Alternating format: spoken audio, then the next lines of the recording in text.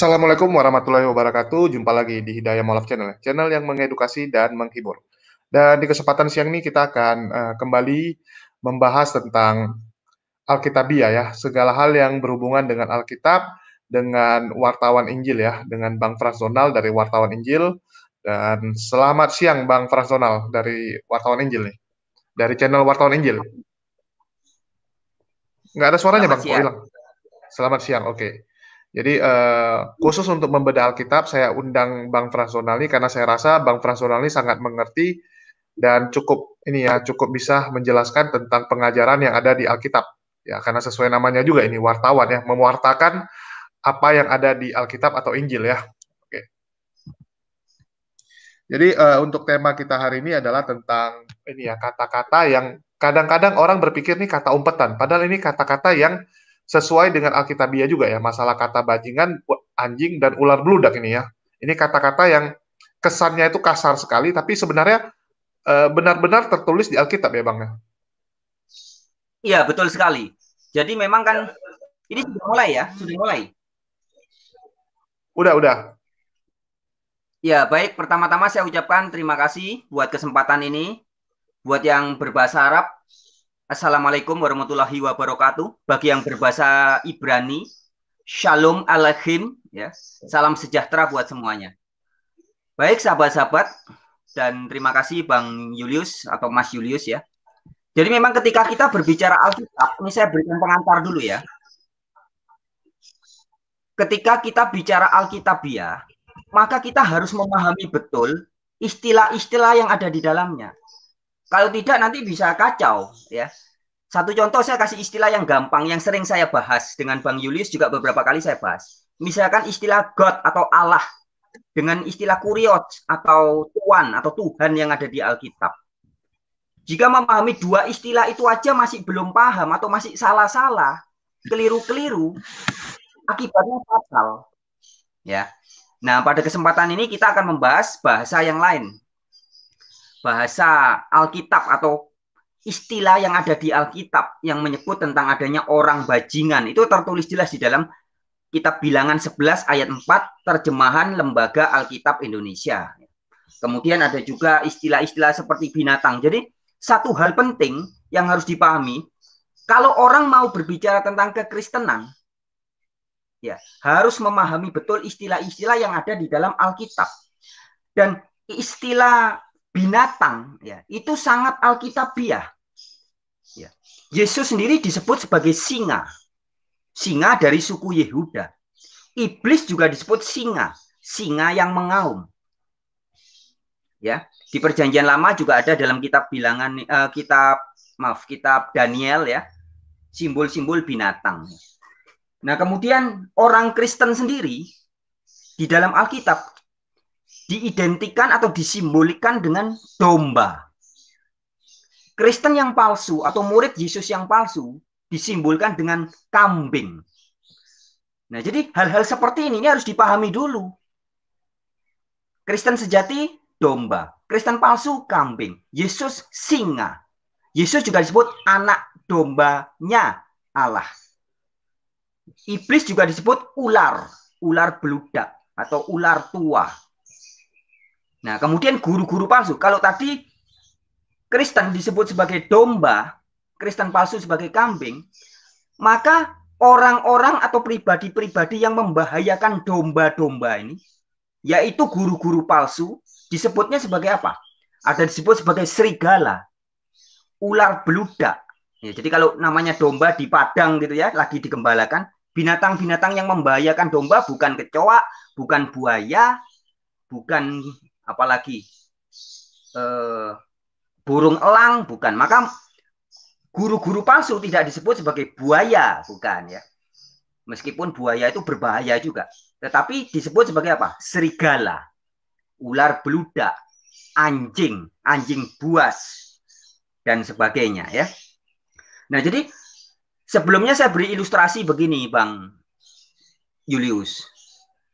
Kalau kita mau bicara tentang komputer misalkan ya, dalam dunia komputer, dunia IT ya, kita harus memahami dulu istilah-istilah yang ada di dalam dunia komputer. Setidaknya tidak harus semuanya, tapi istilah-istilah penting.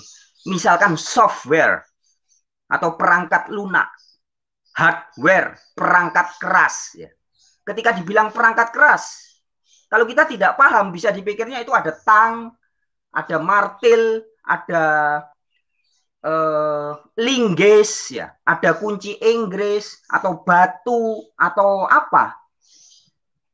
Ataupun ketika kita bicara perangkat lunak, itu bukan berarti bantal, spon, gabus, karet, bukan. Meskipun dalam dunia sehari-hari yang namanya barang-barang lunak itu ya itu tadi. Tetapi ketika kita bicara dalam konteks komputer, kita harus paham bahwa hardware perangkat keras yang dimaksud bukan itu. Perangkat lunak yang dimaksud juga bukan seperti yang dalam dunia umum. Atau mouse ya. Mouse, tikus. Tikus di dalam dunia komputer, mouse bukan berarti binatang tikus, tapi yang dimaksud adalah kursor penggeraknya komputer atau laptop atau PC ya. Nah, ini hanya sebagai ilustrasi. Nah, begitupun ketika kita berbicara tentang tema tertentu, tema hukum ya, kita harus paham istilah-istilah hukum ada di situ. Nah, konteks kita bicara tentang biblical kontekstual atau Alkitab, setidaknya kita harus paham dulu istilah-istilah yang penting yang ada di Alkitab. Ya. Nah, kita kembali ke tadi ya. Dikasih judul di tema kali ini kita akan membahas bahwa istilah-istilah seperti orang bajingan, ya, istilah anjing, serigala, ular beludak itu istilah yang sangat biblical atau alkitabiah. Sebagaimana Yesus adalah singa dari suku Yehuda. Iblis adalah ular beludak. Murid-murid Yesus domba. Murid Yesus yang palsu, yang abal-abal, kambing. Nah, saya bisa minta tolong Bang Julius coba ditampilkan di dalam kitab Bilangan 11 ayat 4 coba. Yang terjemahan bahasa Inggris dan yang Lembaga Alkitab Indonesia.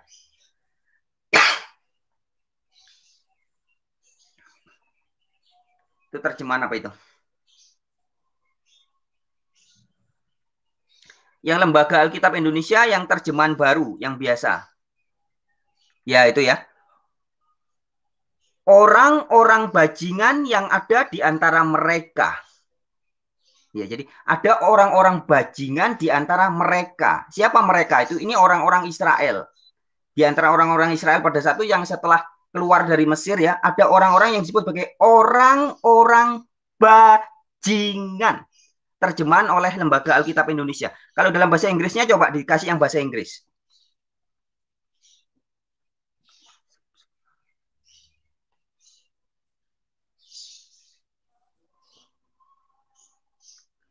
Terjemahan yang bahasa Inggris, ya itu bisa pakai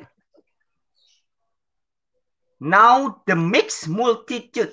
Ya, ada juga yang menyebutnya the rebel. Ya. Rebel itu orang-orang kurang ajar atau orang-orang pengacau. Ya. Mixed multitude, orang-orang yang nyampur. Nah, jadi ini ada hubungannya dengan orang-orang yang mempercampurkan antara kebenaran dan ketidakbenaran. Maka disebut mixed multitude. Ya, jadi percampuran antara kekafiran dengan bangsa Israel. Jadi antara ajaran dari Allah dengan ajaran-ajaran kafir. Maka ini campur baur. Nah, mengapa guru-guru pengajar Trinitas, bukan hanya di video yang di salah satu video saya terdahulu, saya membahas tentang ada yang judulnya Gracia Pelo, ya. Bajingan muridnya Bambang Nursena. Kemudian banyak orang marah, banyak orang stres, ya, orang kebakaran jenggot ketika saya menyebut guru-guru palsu seperti Gracia Pelo sebagai orang bajingan.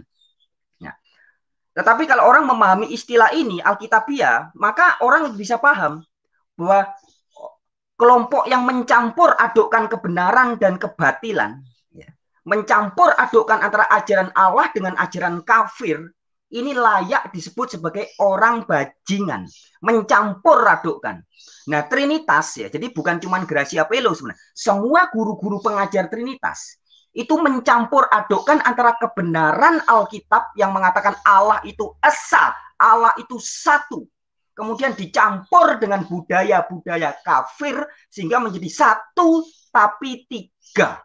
Tiga tapi satu atau tres personae una substantia. atau Tritunggal atau Trinitas. Jadi ajaran Trinitas ini adalah percampuran antara ajaran dari Alkitab bercampur baur dengan ajaran-ajaran pagan Yunani, Romawi, Persia, Mesir, dan lain-lain. Sehingga menjadi satu Allah dalam 3 pribadi. Satu Allah dalam 3 persona. Ini mencampurkan antara ajaran yang benar dengan ajaran yang batil. Sehingga sikap-sikap seperti ini layak disebut sebagai sikap seperti Bilangan 11 ayat 4 tadi. Orang-orang bajingan yang ada di antara mereka. Itu di perjanjian lama. Kalau tidak mau pakai istilah bajingan, kita bisa pakai istilah-istilah di dalam perjanjian baru. Di perjanjian baru cukup keras juga. Yesus dan para rasul menyebut guru-guru palsu sebagai ular beludak, anjing, serigala. Ya, ini ada banyak ayatnya. Bukan 1, 2, tapi ada banyak ayatnya. Nah, adalah hal yang sangat disayangkan jika orang-orang ada menganggap bahwa kalau kita pengikut Kristus, orang Kristen harus selalu berbicara kata-kata yang terkesannya santun, terkesannya sopan ya. Jadi kalau misalkan kita disolimi mungkin kayak Pak SBY gitu ya. Saya disolimi. Saya disolimi. Ya. Sopan, santun ya. Ternyata juga kelakuannya juga nggak beres juga ya. Nah, Yesus tidak seperti itu. Coba ditampilkan Bang Julius ayat Lukas 13 ayat 32. Ini kata-kata Yesus. Lukas 13 ayat 32.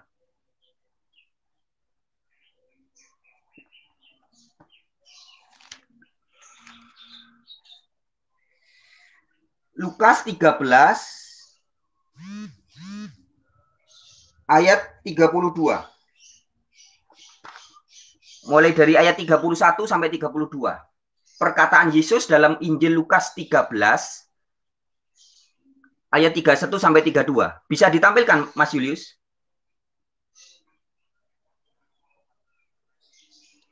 Ini salah satu contoh saja ya, masih banyak ayat-ayat yang lain. Coba saya baca ya. Ayat 31 sampai 32. Nanti di 32-nya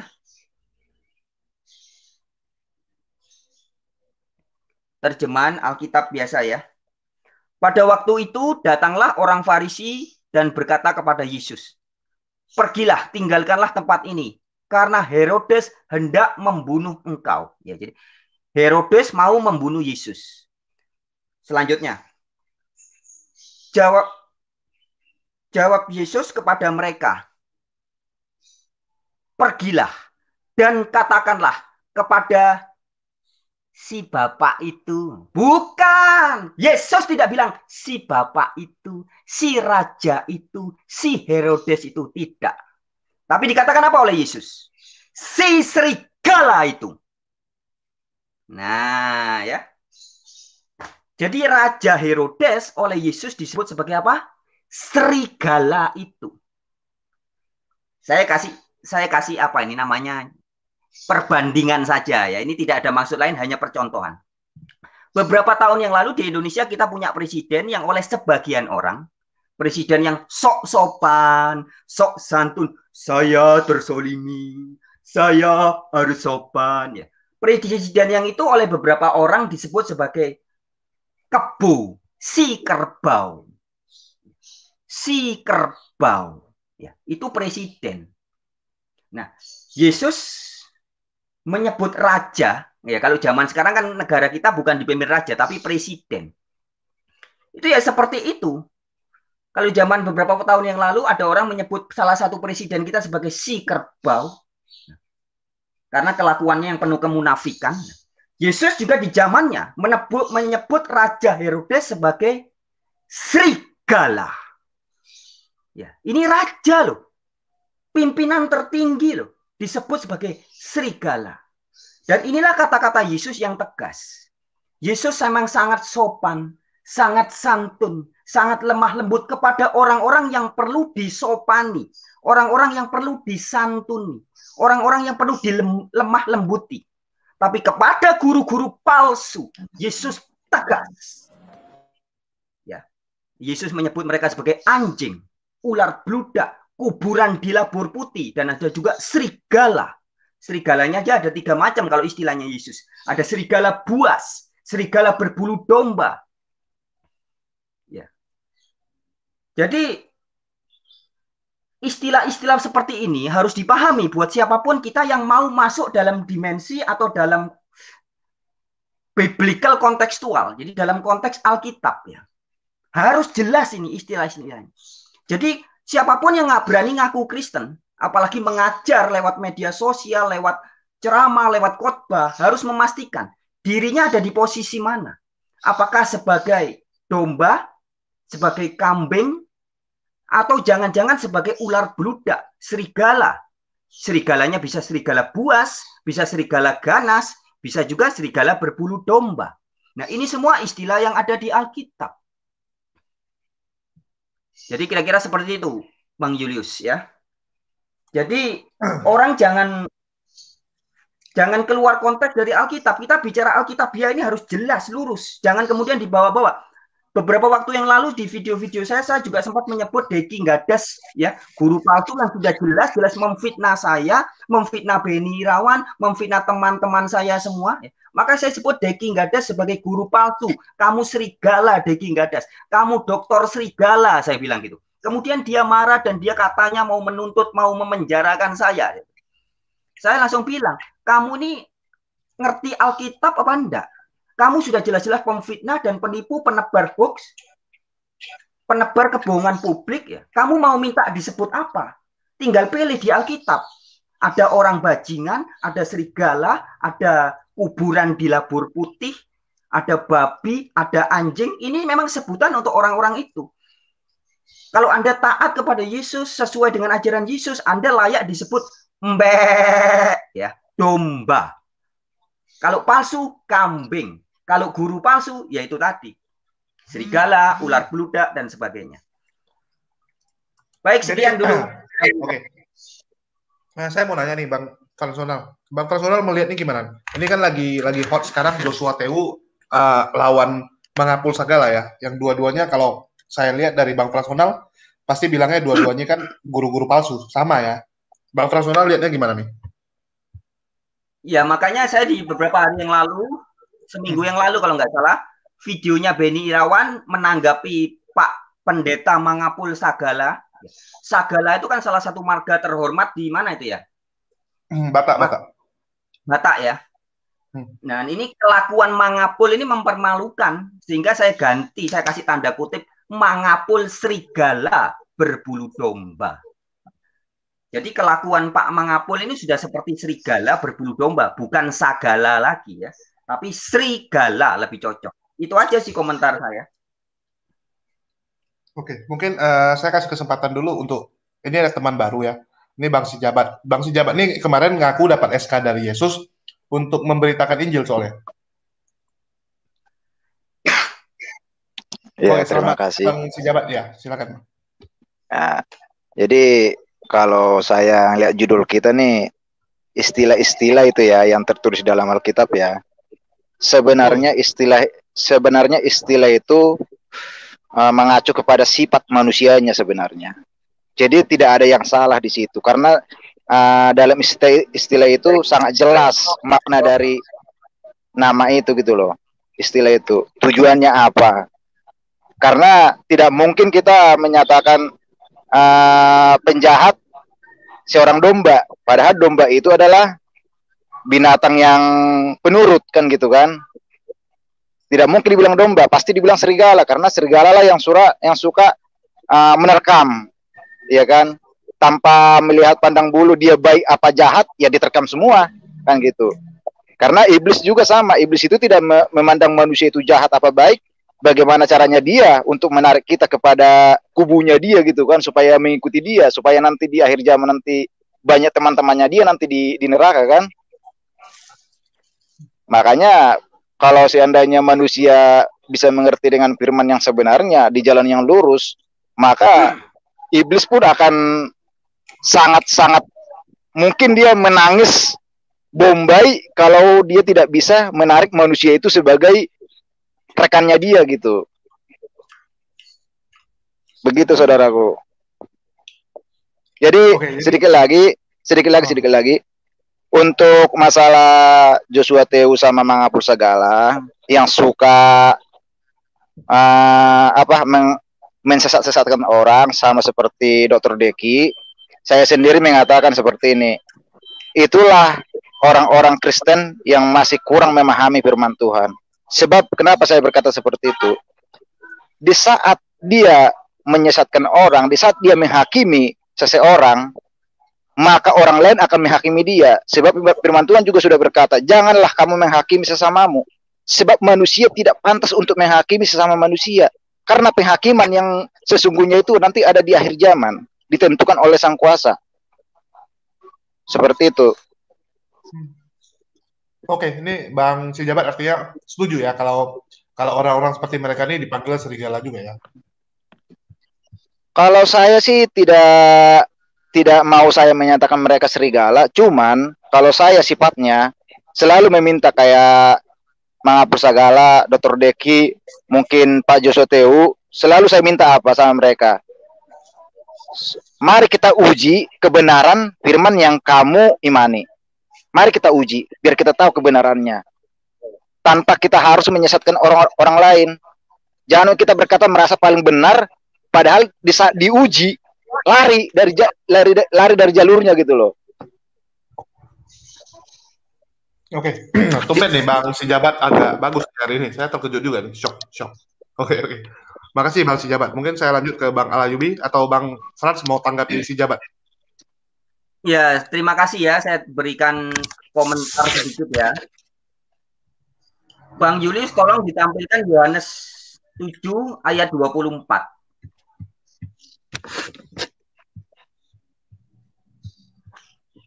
Injil Yohanes 7 ayat 24.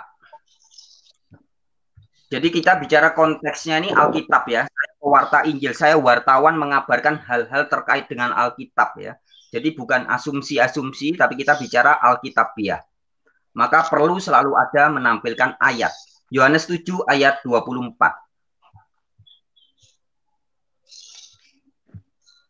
Ya, seringkali kita mendengar kutipan Yesus di dalam Injil Matius mengatakan, jangan kamu menghakimi jika tidak mau dihakimi. Ya. Karena ukuran apa yang kamu ukur kepada orang, itu akan diukurkan kepadamu. Tapi keluarkan dulu balok dari matamu, baru kamu boleh melihat selumbar di mata saudaramu. Itu kata Yesus. Konteks jangan menghakimi dalam Injil Matius ya. Sekarang di Yohanes 7 ayat 24 ini, Yesus sendiri berkata, janganlah menghakimi menurut apa yang nampak. Tetapi hakimilah dengan adil. Jadi boleh kita menghakimi orang, sangat boleh. Tetapi harus adil. Ya, maka di Injil Matius Yesus mengatakan, jangan dulu kamu melihat selumbar di mata saudaramu. Apalagi ini kalau ada yang nonton ini orang-orang yang ngaku Kristen, orang-orang gereja ya, saya hanya menyampaikan perkataan Yesus. Jangan kamu melihat selumbar di mata saudaramu. Tapi keluarkan dulu balok dari dalam matamu. Baru kamu bisa melihat dengan jelas kekeliruan orang-orang lain. Nah, maka kita bisa menghakimi dengan adil kalau kita berani membongkar kebobrokan kelompok kita dulu, bahkan membongkar kebejatan kelakuan diri kita sendiri. Baru kita boleh melihat kekeliruan orang lain. Nah, bagi orang-orang gereja, teman-teman yang mengaku-ngaku Kristen ya, saya menghimbau pada kesempatan ini, jangan terlalu sering mengkritik agama lain, agama Buddha, agama Hindu, agama Islam, dan agama-agama lain. Sebelum Anda dan saya berani membongkar kepalsuan-kepalsuan, kesesatan-kesesatan, kebobroan-kebobroan, hoax-hoax dan penipuan-penipuan yang ada bertebaran di dalam agama Kristen sendiri. Ya, kalau sudah berani membongkar kebobroan-kebobroan gereja yang penuh kemunafikan, berani terus terang mengatakan kesesatan dogma-dogma gereja tertentu, sudah berani terang-terangan membongkar kesesatan kelompoknya sendiri, baru bisa melihat selumbar. di dalam agama lain. Nah, maka Yohanes 7 tadi mengatakan, jangan menghakimi menurut apa yang nampak, tapi hakimilah dengan adil. Bagaimana kita bisa menghakimi dengan adil? Kita harus berani melihat balok di depan mata kita sendiri.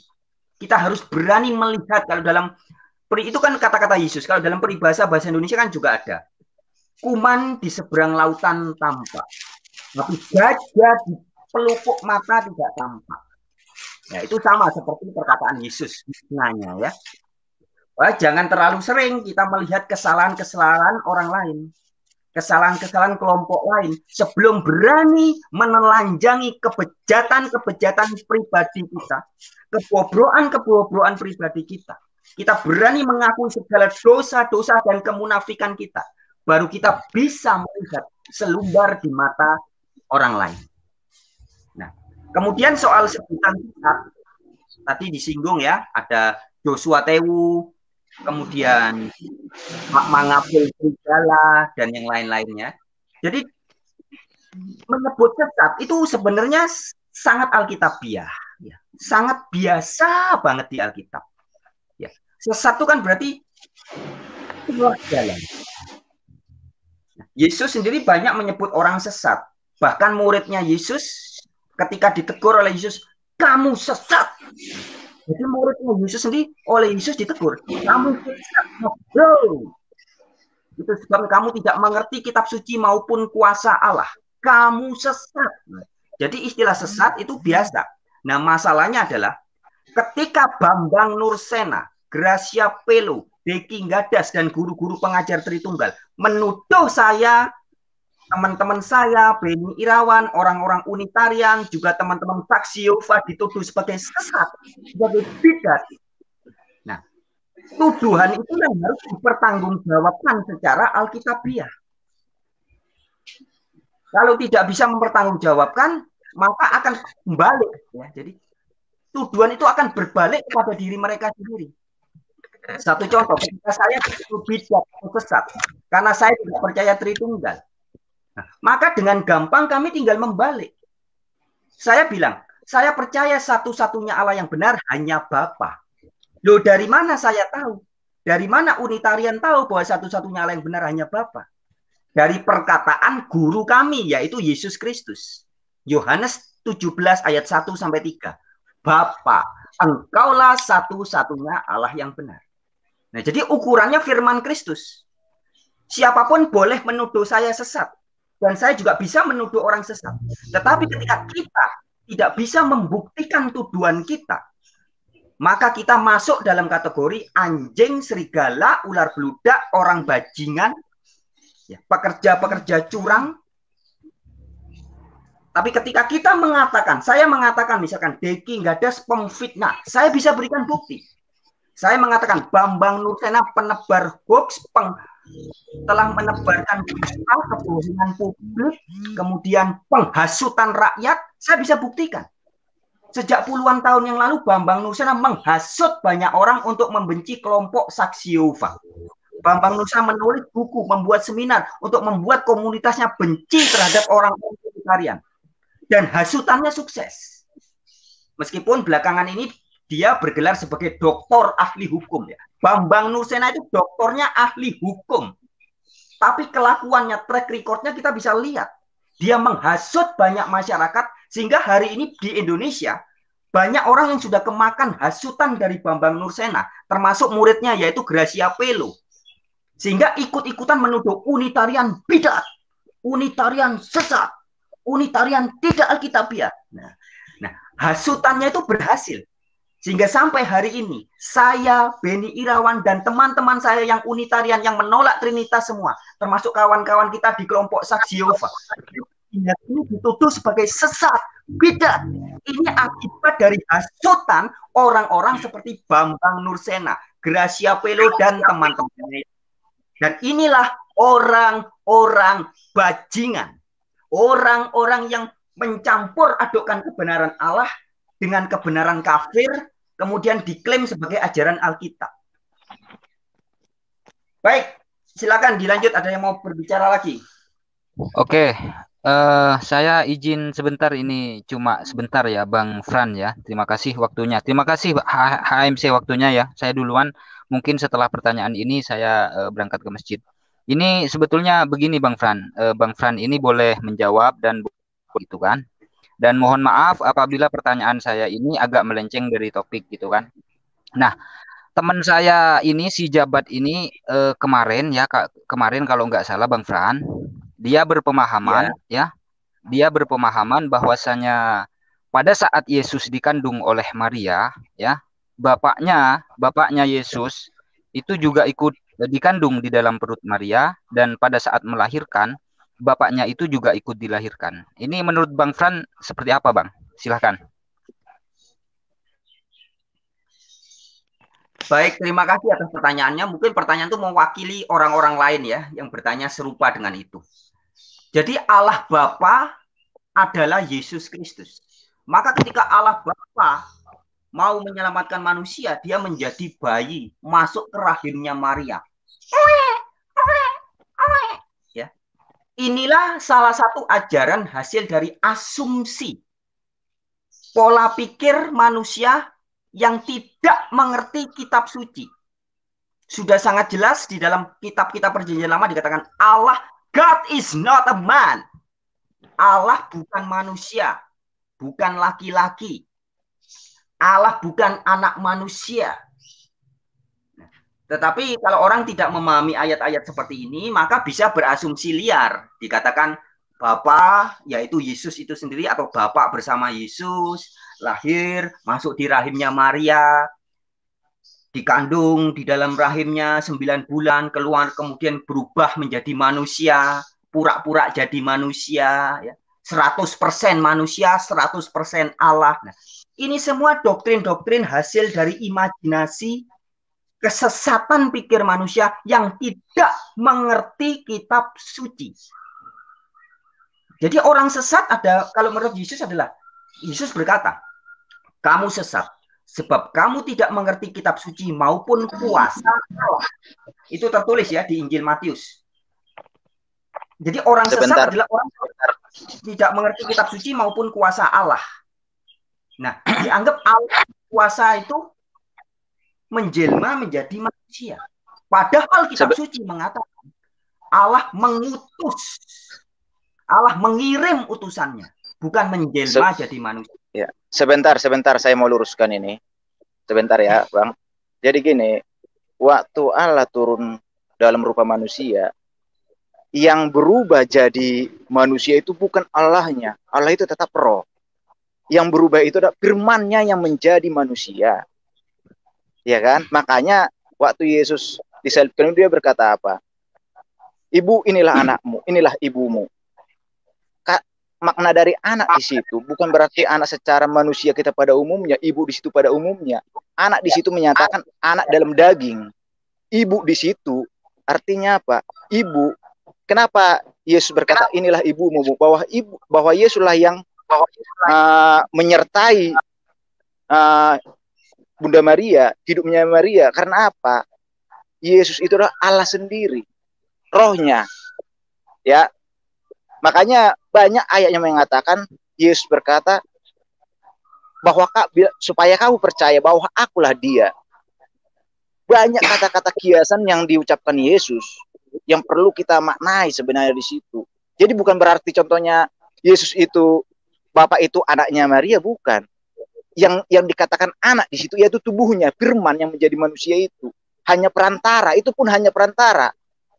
Sedikit pun dari bagian tubuhnya Maria tidak ada yang masuk ke dalam tubuhnya Yesus di situ.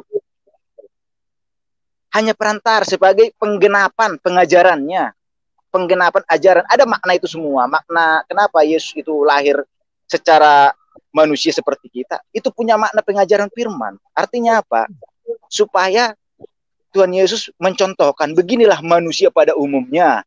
Semua manusia lahir ke dunia.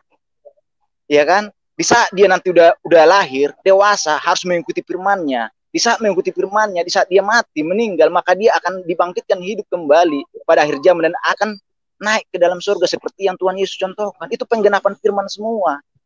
bukan ujuk-ujuk dia itu kenapa harus melalui kelahiran. Bisa aja Allah itu turun ke dunia langsung berupa jadi manusia.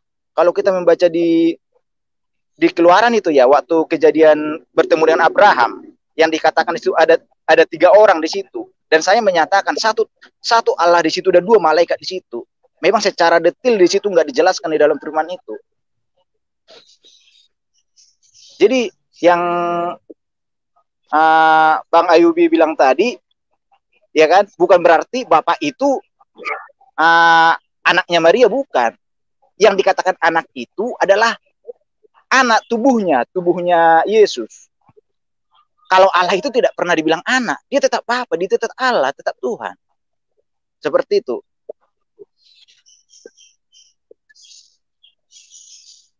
Baik, saya tanggapi ya. Saya akan tanggapi argumen tadi. Intinya, Yesus utusan Allah atau Allah itu sendiri. Menurut banyak guru-guru Trinitas, termasuk Anda, ya Bang, Anda kan ingin pokoknya Yesus harus Allah. Saya tahu pemikiran Anda. Ya. Tetapi Alkitab berkata, Yohanes 3 ayat 16, karena begitu besar kasih Allah akan dunia ini, maka ia mengirim anaknya. Ayat 17, Allah mengutus anaknya. Jadi yang datang jadi manusia adalah utusan Allah. Bukan Allah menjelma jadi manusia. Ya, ini harus tegas dikatakan. Nah, siapa Allah yang benar? Kalau Anda seorang pengikut Yesus, Anda harus percaya betul kata-kata Yesus. Yohanes 17 ayat 1 sampai 3. Yesus sudah terlalu jelas, terlalu terang benderang memberitahu seluruh dunia. Yohanes 17 ayat 1 sampai 3. Bapa, engkaulah ton monon aletinon theon. Engkaulah satu-satunya teos yang benar. Ya, jadi mau teos Yesus, teos Musa, Musa juga disebut teos ya, atau Elohim ya. Iblis di 2 Korintus 4 ayat 4 juga disebut teos ya. Kemudian hakim-hakim di perjanjian lama juga boleh disebut Allah. Para malaikat juga bisa disebut sebagai para Elohim. Mazmur 82 ayat 1, ayat 6 dan lain sebagainya. Banyak sekali di Alkitab itu pihak-pihak yang bisa disebut sebagai teos atau Elohim atau God atau Allah atau ilah. Banyak. Di mana ayatnya? 1 Korintus 8 ayat 6. Memang ada banyak yang disebut teos, baik di sorga maupun di bumi. Jadi ada banyak. Jadi Anda mau nyebut Yesus sebagai teos, silakan. Yesus sebagai Allah, silakan. Sebab penerima dan penyampai firman dalam Yohanes 10 ayat 34 sampai 35 ditulis memang penerima dan penyampai firman boleh disebut teos. Maka Musa dalam Keluaran 7 ayat 1, Musa juga disebut Elohim atau Allah. Tetapi ingat kata-kata Yesus, Yohanes 17 ayat 1 sampai 3. Bapa adalah satu-satunya teos yang benar. Ulangan 10 ayat 17. Yahweh adalah Elohim dari segala Elohim. Kalau dalam Alkitab Bahasa Indonesia, Yahweh adalah Allah dari segala Allah. Jadi Allah yang benar, Allah yang sejati, hanya Yahweh. Yeremia 10 ayat 10. Yahweh adalah Allah yang benar. Nah, jadi Anda mau nyebut Yesus sebagai firman Allah, silakan. Anda mau nyebut Yesus sebagai anak domba Allah, silakan. Sebagai raja, silakan. Sebagai imam, nabi, rasul, juru selamat, silakan. Tetapi ketika orang berkata bahwa Yesus adalah Allah yang maha kuasa yang menjelma jadi manusia, ini melampaui yang ada tertulis. Ini bukan ajaran kitab suci. Ajaran kitab suci jelas. Yang jadi manusia itu utusannya. Buktinya setelah Yesus mati, Yesus terangkat ke surga. Yesus di surga ada 15 ayat. 15. Bukan 5, tapi 15. 5 tambah 5 tambah 5. 15 ayat di Alkitab mengatakan Yesus di surga ada di sebelahnya Allah. Yesus ada di mana? Di sebelahnya Allah. Ada 15 ayat mengatakan Yesus di surga ada di sebelahnya Allah. Itu sebabnya kalau kita baca dari dalam kitab Wahyu, Wahyu 1 ayat 1, pasal 1 ayat 1, inilah wahyu Yesus Kristus yang dikaruniakan Allah kepadanya. Jadi kitab Wahyu sejak pasal 1 ayat 1 sudah diberitahu bahwa wahyunya Yesus itu berasal dari Allah. Nah, Wahyu 3 ayat 12. Ini perkataan Yesus, saya bacakan ya. Bukti bahwa Yesus di sorga, Yesus memiliki Allah. Yesus bukan Allah itu sendiri. Allah adalah yang di sebelahnya Yesus. Yesus adalah yang di sebelahnya Allah. Wahyu 3 ayat 12. Tolong ditampilkan Mas Julius. Wahyu 3 ayat 12.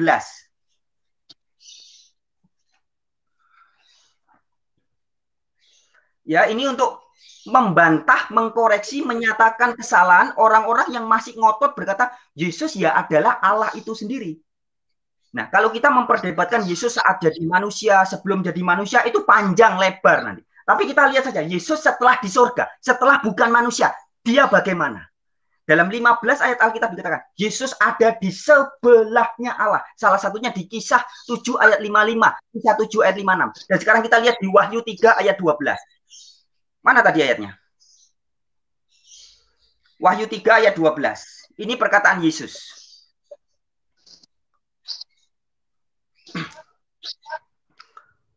Barang siapa menang. Kata-kata Yesus ya. Ia akan kujadikan soko guru. Soko guru itu tonggak. Kalau di rumah ada tiang soko guru itu tiang tonggak utama rumah ya. Jadi barang siapa menang, ia akan kujadikan soko guru di dalam bait suci Allahku. Di dalam bait sucinya siapa? Di dalam bait sucinya Allahnya Yesus. Dan ia tidak akan keluar lagi dari situ. Dan padanya akan kutuliskan nama Allahku, kata Yesus ya. Jadi Yesus di surga punya Allah. Nama kota Allahku, yaitu Yerusalem baru, yang turun dari surga dari Allahku. Dan namaku yang baru. Jadi namanya dia yang baru, bukan Yesus lagi. Bukan bermakna Yahweh, Yehosua, Yahweh menyelamatkan lagi. Dia tidak kita panggil Yesus lagi nanti. Namanya akan baru. Tetapi ketika dia memiliki nama baru di surga, dia tetap memiliki Allah. Jadi sangat keliru, sangat sesat jika orang mengatakan Yesus setelah di surga jadi Allah yang maha kuasa lagi. Ini sesat. Ya. Bang, sesat. Sedikit, ya. Bang, sedikit saya boleh saya sedikit kasih penjelasan?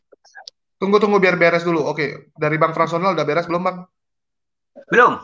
Saya mau beritahu teman-teman ya, mengajarkan Trinitas ya, seperti Bang siapa yang barusan itu. Jabat. Anda tidak perlu penjelasan. Anda baca Yohanes 17 ayat 1 sampai 3. Itu ayat tidak untuk dijelaskan, tidak untuk diterangkan, tapi ayat itu untuk dipercayai. Yesus bilang, satu-satunya Allah yang benar adalah Bapa. Anda cukup percaya saja. Tidak usah ngalor ngidur, tidak usah merusak makna ayat itu. Jangan bilang satu-satunya Allah yang benar memang Bapa. Tapi Yesus juga Allah yang benar. Roh Kudus juga Allah yang benar. Itu penipuan publik. Yohanes 17 ayat 1 sampai 3. Tidak butuh penjelasan dan penerangan apapun. Hanya butuh dipercaya dan ditaati. Jadi saya wartawan Injil. Saya bukan pendebat, saya tidak ngajak orang berdebat, tapi saya mewartakan, saya memberitakan kebenaran Alkitabiah. Percaya orang mau percaya kata-kata saya, atau tidak percaya silakan. Itu bukan masalah saya, itu masalah Anda kalau nggak percaya. Saya memberitakan kata-kata Yesus, sekali lagi kata-kata Yesus. Menurut satu-satunya yang benar hanya Bapa. Kalau menurut Bambang Nursena, Allah yang benar adalah Bapa, Putra, Roh Kudus. Dan Anda mau percaya, silakan. Tapi saya hanya mengingatkan seluruh dunia. Kalau Anda pengikut Kristus, percayalah kata-kata Yesus. Jangan kata-kata Frans Donald Bebek. Jangan kata-kata Gracia Pelo. Jangan kata-kata Bambang Gentolet. Jangan kata-kata Deking Gragas. Jangan kata-kata Joshua Tewu. Jangan kata-kata Mengapul Sagala. Jangan kata-kata Beni Irawan. Jangan. Percayalah kata-kata Yesus saja. Kalau Yesus bilang satu-satunya Allah yang benar hanya Bapa, percayalah. Sebab selain itu semua ngawur, semua hanya asumsi dan sesat. Dan yang saya Frans Donald sampaikan adalah persis seperti perkataan Yesus. Perkataan Frans Donald bukan berasal dari dirinya sendiri. Saya mengatakan bahwa satu-satunya Allah yang benar Bapa bukan berasumsi, bukan mereka-reka, tapi saya cuman mengatakan kembali apa yang ada tertulis di Alkitab.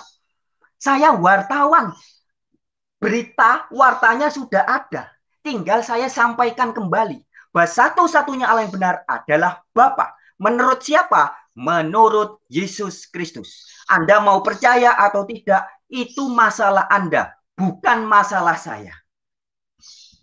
Baik, sekian Bang Julius. Oke, mungkin saya lanjut ke yang lain aja ya. Oke, Bang Sijabat udah. Ini ada teman yang lain, ada Bang, aduh ini saya bingung panggilnya. Ini ya Bang Romo apapun jadi saya aneh. Ini namanya jadi bebek aku sayang kamu pula. Oke, jadi ada Bang Ferry juga, ada Bang DM Channel. Mungkin dari Bang DM Channel ada mau tanggapan? Bang, saya tanggapin dulu sebentar, Bang. Sebentar. Enggak, ini bukan lagi diskusi gitu, Bang. Ini lagi memang Bang Frans Donald. Enggak, biar jelasin sekali. Maksud saya gini, biar nanti nggak salah paham dengan apa yang saya sampaikan. Masalah juga. Ya, kalau ada waktu baru saya kasih. Kalau masih ada waktu baru saya kasih. Kalau enggak, kita terpaksa kasih orang lain, Bang. Karena waktunya Bang terbatas. Hari ini juga kami juga mau Jumatan, Bang. Ini saya beruntung sekali bisa masuk. Ya, saya beruntung sekali bisa masuk ya, sebab saya ini selalu mengikuti Bang Frans Donald. Saya senang sekali dengan penjelasan dia ya, karena saya juga banyak mengkaji tafsir ya, terutama Yesus dalam perspektif Al-Quran. Jadi murid-muridnya. Jadi saya melihat ini ajaran hampir mirip dengan golongan Hawariyun, 12 murid dari Yesus itu ya. Gini, mengenai bahasa.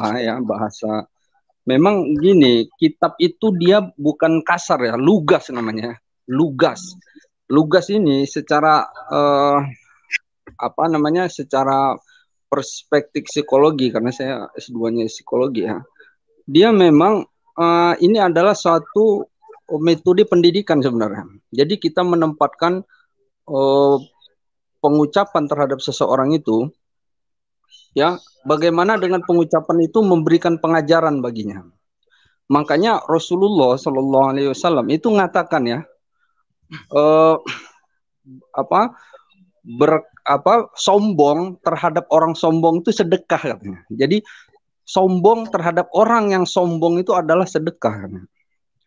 Dan Al-Quran juga ya, itu kalau kita lihat dalam pengistilahan kepada orang baik, dia begitu bagus pengucapannya. Contoh misalnya penggunaan kata min aja lah ya. Kalau min itu selalu disandarkan kepada hal-hal yang baik. Tapi kalau an ya, sama-sama artinya sama-sama dari, tapi dia sandaran an ini kepada yang buruk. Kalau min itu yang baik. Kemudian Rasulullah juga kalau misalnya mengucapkan mulut-mulut mereka, kalau orang yang nggak baik, itu dia bukan famun, tapi afwaihim. Moncong mereka. Jadi dia bukan mulut, tapi moncong. Ya. Afwaihim ini isim tafdil dari famun. Kemudian kafir juga, itu kan ada disebut kafirun, ada kufar ya. Kalau yang kafirun, itu lembut sebenarnya. Kafirun itu jamak, ya, yang lembut, artinya orang kafir yang dia berlaku baik. Tapi kalau kufar ini orang kafir yang dia memerangi, yang memerangi. Tapi kalau dia yang hidup toleransi itu kafirun. Kemudian Allah juga memang nggak menyukai kata yang kasar. Dalam surah Nisa ayat berapa tuh ya? Awal juz 6 itu la yuhibbullahul jahra bisu'i minal qawli illa man zulim.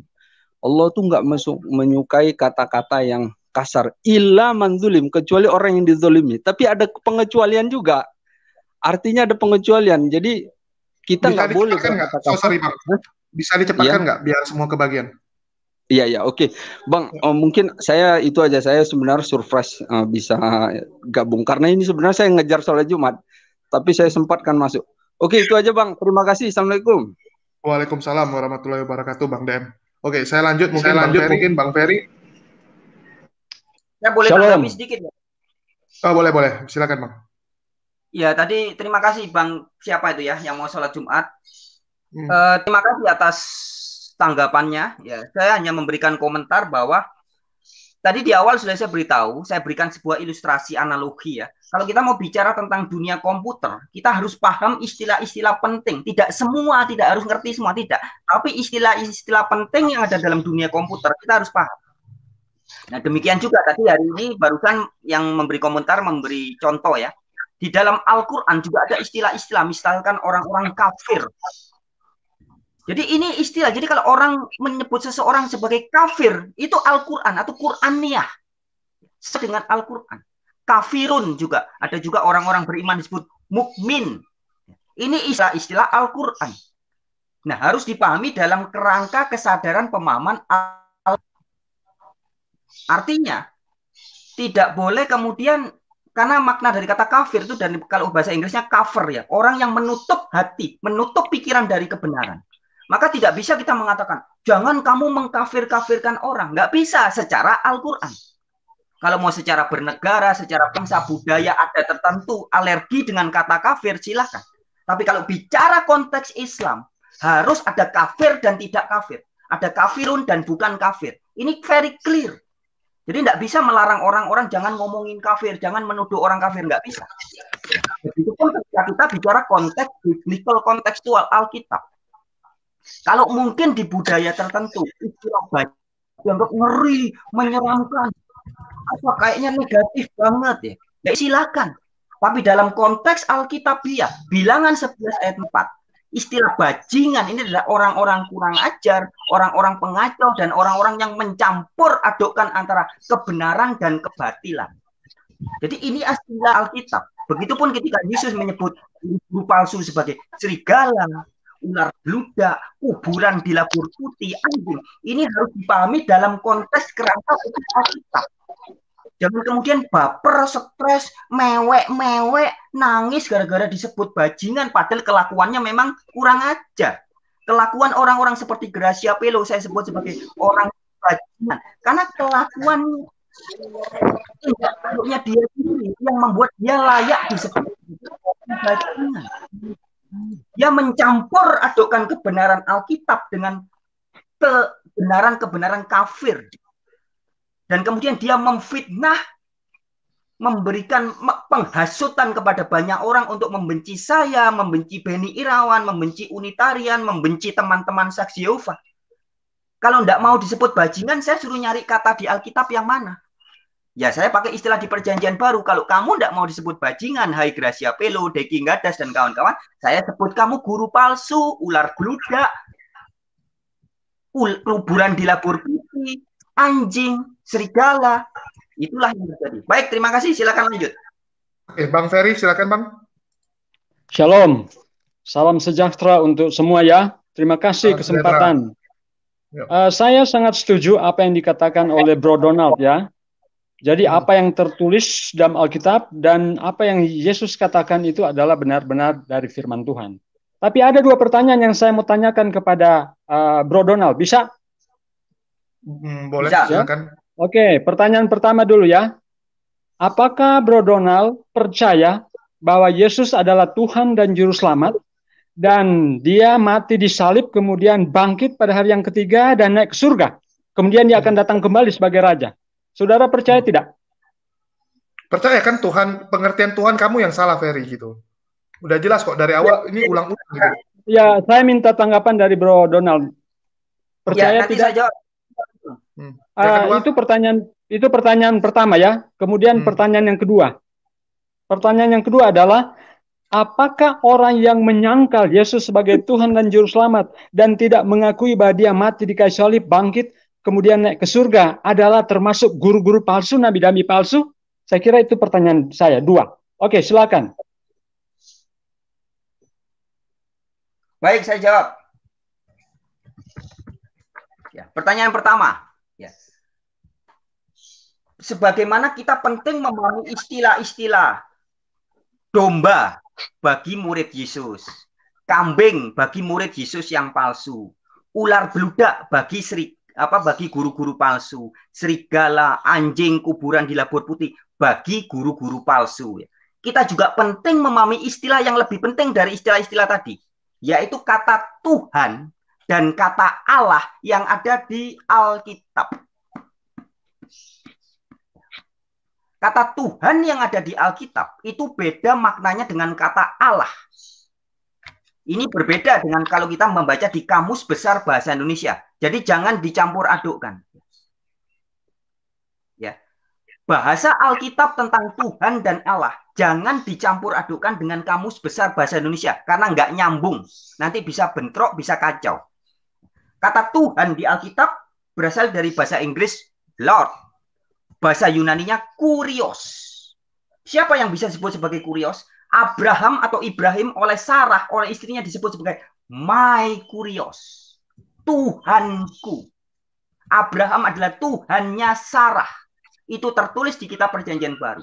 Abraham adalah Lordnya Sarah. Kemudian Pontius Pilatus juga disebut sebagai Lord, sebagai Tuan atau Tuhan. Tetapi bukan disebut God atau Theos atau Elohim, bukan. Nah, jadi intinya yang ingin saya sampaikan, kalau orang belum paham kata-kata atau istilah Allah dan istilah Tuhan yang ada di kitab Perjanjian Baru, nanti pertanyaan-pertanyaannya bisa muncul kayak gini. Apakah Anda percaya Yesus adalah Tuhan dan Juru Selamat? Sudah jelas di Alkitab bukan 1, 2, 3, 4, 5. Tapi ada banyak ayat mengatakan bahwa Yesus adalah Tuhan. Yesus adalah Lord. Yesus adalah kurios. Itu jelas. Jadi kalau ada orang bertanya lagi, Pak Frans Donald atau wartawan Injil, apakah Anda percaya Yesus adalah Tuhan? Sepertinya orang yang bertanya itu belum memahami makna dari yang dia tanyakan. Sehingga dia masih bertanya. Saya dulu pernah seminar ya tahun 2008 atau 2009 di Gedung Muhammadiyah Jakarta Selatan dengan almarhum Bapak Insan Mukoginta. Saya diundang. Sebelumnya beberapa bulan sebelumnya Pak Insan memborong buku-buku saya. Ada 2 judul buku saya diborong, dibagi-bagi ke teman-temannya. Kemudian saya diundang untuk seminar. Nah, di seminar di Gedung Muhammadiyah Jakarta Selatan tahun 2009 atau 2008, saya kurang ingat persisnya. Di situ saya paparkan tentang makna kata Tuhan yang melekat kepada Yesus Kristus. Dan setelah saya jelaskan panjang lebar, di depan sekitar 300 audien yang 99% adalah umat muslim, sebagian besar berjilbab. Saya tanya gini, jadi Yesus adalah Tuhan. Semua yang pakai jilbab itu mengatakan Yesus adalah Tuhan. Loh kok bisa? Karena mereka sudah paham makna kata Tuhan yang ada di Alkitab. Bukan bermakna Allah atau sesembahan atau God. Bukan. Tapi Tuhan nada dalam bahasa Indonesia selevel dengan Gusti. Ya. Atau Tuan. Waduh, sudah mulai lari nih. Terdahulu sudah saya jelaskan. Loh enggak, bukan. Ini penjelasan penting. Ini udah pernah kita bahas dan pernah di video sebelumnya. Anda mungkin nonton di playlist. Ya, kita ada bikin playlist khusus tentang pengajaran dari Bang Frans Donald. Dan ini jelas gitu, ada buktinya semua lengkap. Sejarah penulisan Tuhan dari kata Tuhan juga ada gitu. Sejarahnya ada kok. Itu fakta. Betul. Tapi gini Bang. Tapi gini Pak Sijabat. Saya lanjutin biar cepat. Silakan Bang. Saya menjawab. Pertanyaan kedua belum dijawab. Pertanyaan kedua belum dijawab. Iya. Jawab. Pertanyaan pertama saja belum selesai. Pertanyaan pertama belum selesai, Bang Ferry. Ini kan dipotong sama si Jabat tadi. Ya. Sekarang saya silakan, Bang. Yesus jelas adalah guru dan Tuhan saya. Ayatnya di mana? Yohanes 13 ayat 13. Iman saya sama persis dengan iman Paulus. 1 Korintus 8 ayat 6. Bagi kita hanya ada satu Allah saja, yaitu Bapa. Bla bla bla bla bla. Dan satu Tuhan saja, atau satu Lord saja, satu Tuhan saja. Boleh saya interupsi? Boleh saya interupsi? Boleh. Ayo, tunggu dulu. Kamu kok suka kali interupsi? Orang belum beres jelasin. Jadi sepertinya dari pertanyaan Anda belum bisa membedakan perbedaan antara kata Tuhan dan Allah. Ya. Jadi saya percaya Yesus Tuhan saya, bukan Allah saya. Allah saya sama persis dengan Allahnya Paulus, yaitu Bapa. Jadi Bang Sijabat, Anda harus tahu dulu Tuhan kecil, Tuhan tulisan huruf kecil sama Tuhan huruf besar. Ini Anda nggak tahu.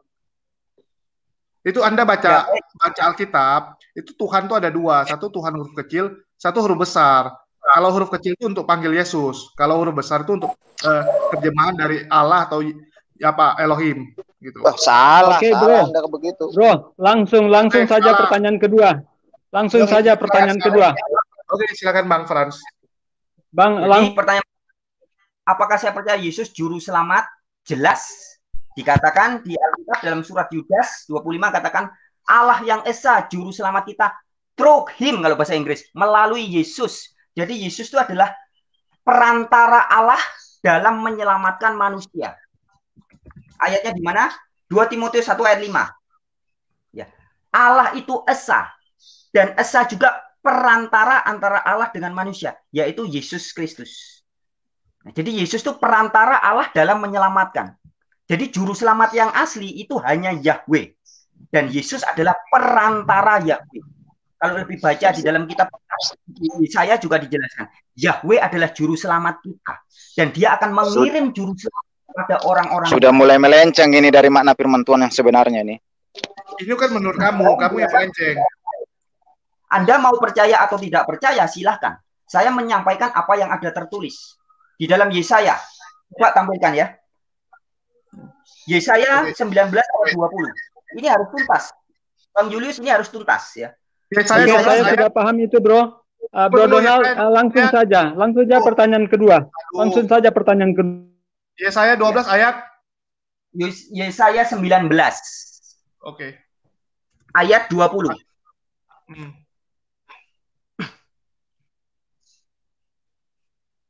Yesaya 19 ayat 20. Ini tentang juru selamat yang dikirim oleh Yahweh. Oke. Ya. Baik, saya baca ya. Itu akan menjadi tanda kesaksian bagi Yahweh semesta alam. TUHN yang huruf besar semua itu dari salinan dari nama Yahweh ya. Beda jadi dengan yang huruf kecil. Yahweh di tengah-tengah tanah Mesir dan tugu peringatan itu akan menjadi tanda kesaksian bagi Yahweh semesta alam di tanah Mesir.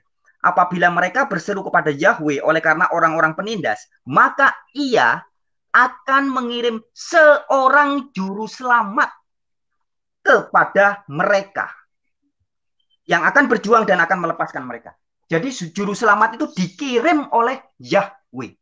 Nah, Yesus adalah juru selamat yang dikirim oleh Yahweh. Yohanes 3 ayat 16. Karena begitu besar kasih Allah akan dunia ini, maka ia mengirim anaknya. Ayat 17, Allah mengutus anaknya. Jadi Yesus juru selamat jelas. Yesus adalah Tuhan. Ya, itu pertanyaan pertama. Sekarang kita ke pertanyaan kedua. Apakah orang yang tidak percaya Yesus sebagai Tuhan, sebagai kurios, sebagai juru selamat, maka bisa disebut sebagai guru-guru palsu? Orang tidak percaya. Sorry bro, ada tambahan yang tidak mengakui Yesus mati di kayu salib, bangkit dan naik ke surga. Apakah mereka juga guru-guru palsu dan nabi-nabi palsu? Itu maksud saya. Ya, itu sudah saya tulis, itu sudah saya bahas di video saya di channel Wartawan Injil ya. Jadi silakan buka di channel Wartawan Injil. Saya ingin penjelasan sekarang, bro. Saya ingin penjelasan sekarang. Saya kalau penjelasan lebih jelas silakan buka di channel Wartawan Injil. Tapi penjelasan singkat pada saat ini saya katakan Yesus betul-betul mati di kayu salib. Itu tertulis di Alkitab bukan 1, 2, 3, 4, 5, 6, 10 ayat. Bukan. Tapi ada puluhan ayat. Yesus dibangkitkan hidup kembali. Bukan 1, 2, 3, 10 ayat. Ada lebih dari 30 ayat yang mengatakan Yesus dihidupkan kembali. Yesus dibangkitkan kembali. Nah, karena penonton channel ini ada teman-teman muslim juga. Izinkan saya mengutip ayat-ayat Al-Quran juga. Di Al-Quran juga dikatakan bahwa Isa Al-Masih pernah mati, pernah lahir, mati, dan dibangkitkan hidup kembali. Ya, kalau pembahasan tentang An-Nisa 157 yang ditafsirkan bahwa Yesus atau Isa Al-Masih tidak disalibkan, ya, itu bisa buka di channel Wartawan Injil. Saya membuktikan bahwa An-Nisa 157 tidak mengatakan bahwa Isa tidak mati disalib. Tidak.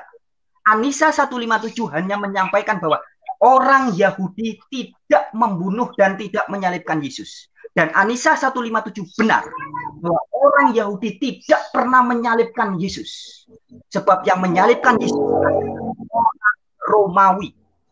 Atas otoritas dari penguasa Romawi. Dan siapa yang mengotak intelektualnya? Di dalam Alkitab dikatakan bahwa yang membunuh Yesus itu sebenarnya siapa sih? Baca Lukas 22 ayat 3. Iblis yang membunuh Yesus. Dengan cara ngomong ngojok-ngojok Yudas bersepakat dengan tokoh-tokoh agama dan kemudian eksekutornya adalah orang-orang tentara Romawi. Jadi Yesus jelas mati disalib, dibangkitkan kembali oleh Allah, dan itu tertulis baik di Alkitab dalam banyak ayat maupun di dalam kitab suci Al-Quran. Di Al-Quran yang mengatakan bahwa Isa betul-betul mati dan diangkat ke surga ada beberapa ayat. Tapi yang mengatakan bahwa Isa disalib tidak ada. Ya. Nah, itu saya jelaskan di dalam Oke. Injil. Oke, Thank you bro, itu jelas ya. Jadi jelas sekali ya. Jadi orang yang tidak mengakui baca. Lu yang nggak ngerti baca jangan nuduh orang, bahaya nih. Dari jelaskan dari awal jangan menuduh-nuduh orang. Nanti tuduhan yang sama dikasih ke kamu kebingungan gitu. Standar yang sama. Jadi jelas ya. Orang yang disalib itu. Tunggu. Jadi jelas ya. Ini saya yang tidak mengaku Yesus disalib itu adalah. Nggak ada ya. Saya terpaksa ini turunkan. Saya lanjut nih, Bang Romo, ada yang mau ditanyakan nggak? Kalau nggak saya mau tutup, karena udah jam segini juga. Iya Bang, ada sedikit. Karena udah jam segini juga. Ya sedikit saja Bang. Bang Frans ini tidak percaya ya kalau Yesus itu adalah Tuhan. 104. Oke. Halo? Halo. Ya, goyang-goyang dulu Bang. Goyang dompet dulu dah. Iya. Dari pertanyaannya,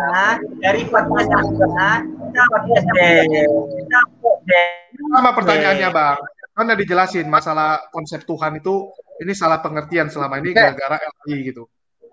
Saya terakhir boleh? Silakan Bang Alibi. Ya, Bang, nanti kasih nomor saya sama wartawan Injil ya. Oke. Biar WA saya nanti. Nggak ada nomor WA kamu aja nggak ada gitu. Kemarin ada saya masukin. Ini bukan coba ini saya ini di live chat ya nomor saya. Kalau nggak ditulis deh. 0812. Tulis aja di live chat. Tulis saja. Oke. Soalnya ini, banyak yang mau saya luruskan di sini. Saya ini ya Bang Fran tidak mau masuk kepada bahasan penyaliban ya. Tentang bahasan penyaliban ini memang tidak akan habis-habis antara keimanan Muslim dengan keimanan Kristen itu sendiri kan. Nah, tema lain. Ya, itu topik lain kali aja dibahas. Sekarang kita kembali. Enggak. Saya tidak masuk ke itu, Bang. Karena kan kita beda iman, tentunya kita beda persepsi kan seperti itu. Masalah penyaliban kan.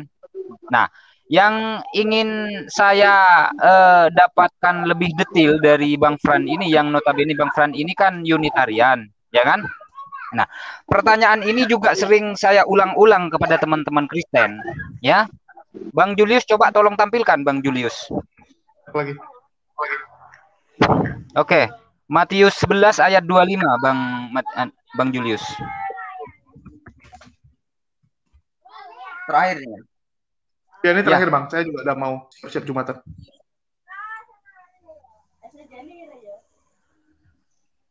Sudah saya kirim ya nomor saya ya. Ya, oke. Romo simpan ya Bang Jabat. Oh, siap. Oke. Bang Julius, kecil tulisannya Bang Julius. Ya, saya bacakan aja deh. Oke.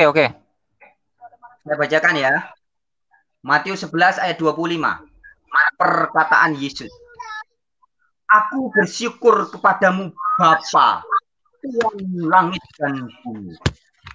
Karena semuanya itu engkau sembunyikan bagi orang bijak dan orang pandai. Tetapi engkau nyatakan kepada orang kecil. Nah, pertanyaannya apa? Nah, yang pertanyaan ini saya sempat pertanyakan kepada Pastor Yusuf Manubulu dan Pastor Aliuddin. Pertanyaan saya begini, Bang. Jika Yesus bersyukur kepada Tuhan langit dan bumi, yaitu Bapaknya, yang saya pertanyakan adalah Yesus ini Tuhan di mana gitu. Nah, bagus pertanyaannya. Ya. Jadi, saya jawab sekarang ya. Ya, langsung Bang. Jadi memahami kata biru, ini saya kasih ilustrasi ya. Memahami kata biru, itu bagi bangsa Indonesia umumnya Berbeda dengan orang Madura. Orang Madura menyebut warnanya daun itu biru daun. Ya, tidak ada kata hijau di dalam kamus kebiasaan sehari-hari orang Madura. Semua jadi hijau, biru, semua biru. Ya. Nah, saya orang Madura, Bang. Nah, bagus, betul ya.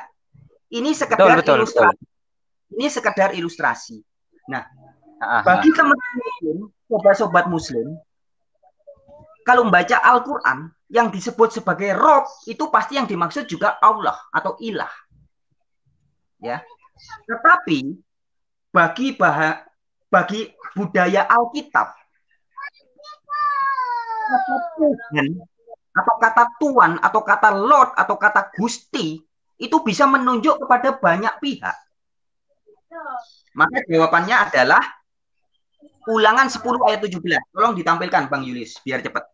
Ulangan 10 ayat 17.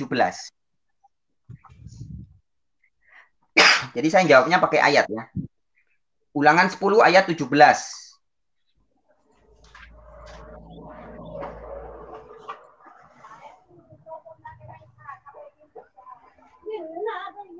Baik, saya baca ya. Itu huruf T-U-H-A-N, huruf besar semua. Kalau itu artinya Yahweh ya. Jadi ini Tuhan dalam arti Yahweh. Saya bacakan. Sebab Yahweh ilah mula atau Allah mula. Allah segala Allah. Kalau bahasa aslinya ini nggak ada huruf besar kecil. Sama. Elohim dari segala Elohim ya. Dan Tuhan atau Tuhan segala Tuhan. Lord of Lord. Ya. Jadi Yahweh itu Allahnya segala Allah. Kalau di dalam budaya teman-teman Muslim atau Al-Quran atau hadis, mungkin yang disebut Allah itu hanya satu. Tapi di dalam Alkitab, yang disebut ilah atau Elohim itu bisa banyak pihak. Maka di sini dikatakan, sebab Yahweh adalah ilah atau Allah segala Allah. Jadi Allah itu ada banyak. Bukan 1, 3, 10, 15, bukan. Tapi ada banyak. Tapi ilah segala ilah adalah Yahweh. Dan di sini ada juga Tuhan segala Tuhan. Jadi mau Tuhan Abraham, Tuhan Yesus, Tuhan Pilatus, Tuhan Putri, Tuhan Takur, Tuhan Tanah, Tuhan ini, silahkan. Nah, tapi sesuai dengan Matius, berapa tadi pertanyaannya? 11 ya? 11:25. Bapak adalah Tuannya langit dan bumi. Bapak itu Tuannya Yesus. Bapak itu ilahnya Yesus. Bapak itu ilahnya segala ilah. Tuannya segala Tuhan. Saya tutup dengan ayat terakhir. 1 Korintus 15 ayat 28. Apa? Ayat terakhir menjawab pertanyaan ini. 1 Korintus 15 ayat 28. 1 Korintus 15 ayat 28.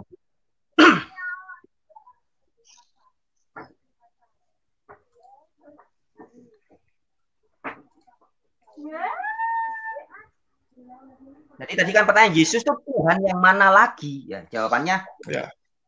Ini. 1 Korintus 15, nanti teman-teman baca mulai dari ayat sekitar 20-an ya. Saya langsung saja ke ayat 28 biar cepat. Tetapi kalau segala sesuatu telah ditaklukkan di bawah Kristus, maka ia Yesus sendiri sebagai anak akan menaklukkan dirinya di bawah Dia. Jadi Yesus akan takluk di bawah Bapa yang telah menaklukkan segala sesuatu di bawahnya, supaya Allah, God, Theos, Elohim, bukan Tuhan. Ilah, God, Theos, Elohim, supaya Allah menjadi semua. Jadi pada akhirnya Yesus akan takluk di bawah Allah. Jadi Yesus Tuhan yang bagaimana? Yesus adalah Tuhan yang takluk di bawah ilah. Tuhan itu Tuhan, ilah itu sesembahan. Jadi Yesus dan Yesus dan Bapa beda. Yesus itu Tuhan. Allah Bapa adalah sesembahan. Yesus akan takluk di bawah sang sesembahan, yaitu Ulangan 10 ayat 17 tadi. Yahweh adalah ilah segala ilah, Tuhan segala Tuhan. Baik, demikian penjelasan saya. Oke, udah jelas ya. Jadi cukup, saya rasa udah cukup jamnya juga biar semua sempat beres-beres. Gimana? Terima kasih buat semuanya. Oke, makasih nih Bang Fransonal dan semua teman-teman yang udah naik ya. Jangan lupa hubungin saya ya. WA. Habis itu jangan lupa ya, ini jam 6 kita ada kesaksian juga di kisah AMC ya. Oke. Makasih nih buat Bang Fransonal, Bang Alayubi, Bang Sijaba, dan teman-teman lainnya. Makasih untuk waktunya dan selamat, saya nggak tahu teman-teman udah Jumatan semua ya, tempat saya yang belum. Oke, selamat siang dan yuk, selamat Jumat. Selamat Jumatan nih, saya siap-siap dulu. Yuk, bye-bye. Jangan lupa WA.